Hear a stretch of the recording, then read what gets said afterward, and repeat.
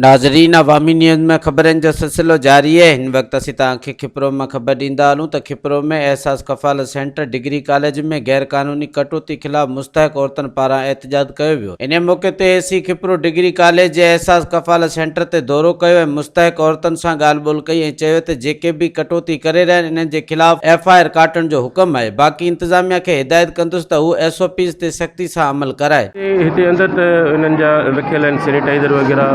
बाक़ी इहो आहे त इन जनरल जेकी पब्लिक आहे उन्हनि खे मास्क वग़ैरह पाइणु खपे ऐं प्लस हिते पुलिस बि मौजूदु आहे। मां हिननि खे हिदायत कयां थो हिते सख़्ती सां हिननि खे अमल कराइनि SOPs ते। अच्छा सर, ॿाहिरि इहे शिकायतूं मिलनि थियूं त के 500 कटिजनि पिया एजेंट आहिनि, इन जी सर कीअं हिते मूं हिननि खे हिदायत ॾेई छॾी आहे, अगरि हिन स्टाफ मां अगरि कंहिं बि कटौती कई त हिननि जे मथां सिधी FIR थींदी। तव्हां मूंखे ॾियो, उन ते कार्रवाई कयूंसि था। मुलवस जेको बि हूंदो उन ते FIR थींदी। हा, कंहिंजी मदद ही कंपनी जी जेको आहे मदद में BISP वारा कटराईंदा। ठीकु आहे न। सर, इंतज़ामिया BISP वारनि जो त हिते केर बि कोन्हे।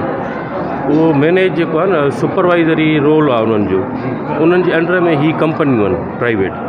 ठीकु आहे न, त उहा मुद्दई त उन्हनि जी थींदी BISP वारनि जी। हाणे सर तव्हां अॼु विज़िट कयो, हाणे तव्हांजो कहिड़ो लाइ अमल? हाणे इहो आहे त हिते जेकी सूरत नज़र अचे थी त सेंटर हिकिड़ो ई आहे ऐं हिते माण्हुनि जो तइदादु तमामु घणो आहे। हाणे सेंटर वधाइण जे लाइ मां DC साहब सां ॻाल्हायां थो त हिते मुख़्तलिफ़ जेको आहे सो सेंटर वधाया वञनि ऐं मुख़्तलिफ़ ॻोठनि में या ॿिया जेके नंढा शहर आहिनि उते बि सेंटर क़ाइमु कया वञनि।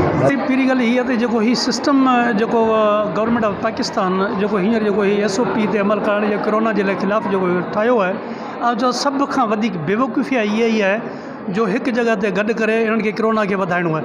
ॿी ॻाल्हि त हीउ बैंक वारनि जो सिस्टम आहे। अॻे इहो थींदो हो दुकाननि ते हूंदो सुबुह जो सिर्फ़ु हिकु टाइम असीं अंगूठो ॾींदा हुआसीं।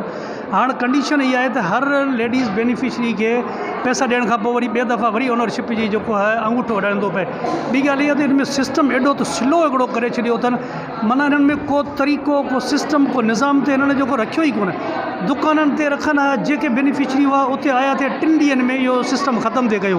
असल में ही कैंप सिस्टम जेको गवर्नमेंट सिस्टम ठाहियो आहे कोरोना खां बचण जे लाइ त आवाम खे रिलीफ मिली सघे कुझु SOPs तहत, पर तव्हां हितां ॿाहिरि वीडियो रिकॉर्ड कयो, हिते को बि SOPs ते अमल न पियो थिए। हज़ारनि जी तादाद में आवाम हिते मौजूदु आहे, हिक ॿिए जा मथां सथियल आहिनि।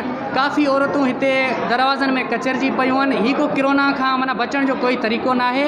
ऐं पहिरीं ॻाल्हि त इहो आहे जी दुकाननि ते सिस्टम हलंदो हुयो अॻु में, उहो बहितरीनु तरीक़ो हुयो। ॾींहं में 100 या 50 जेके बेनिफिशरीज़ हुयूं उहे आराम सां पैसा कढाए वेंदियूं हुयूं ऐं उते ईज़िली जेको कमु हलंदो हुयो। ठीकु आहे। ऐं हिते तव्हां हालति ॾिसो ही छा आहे।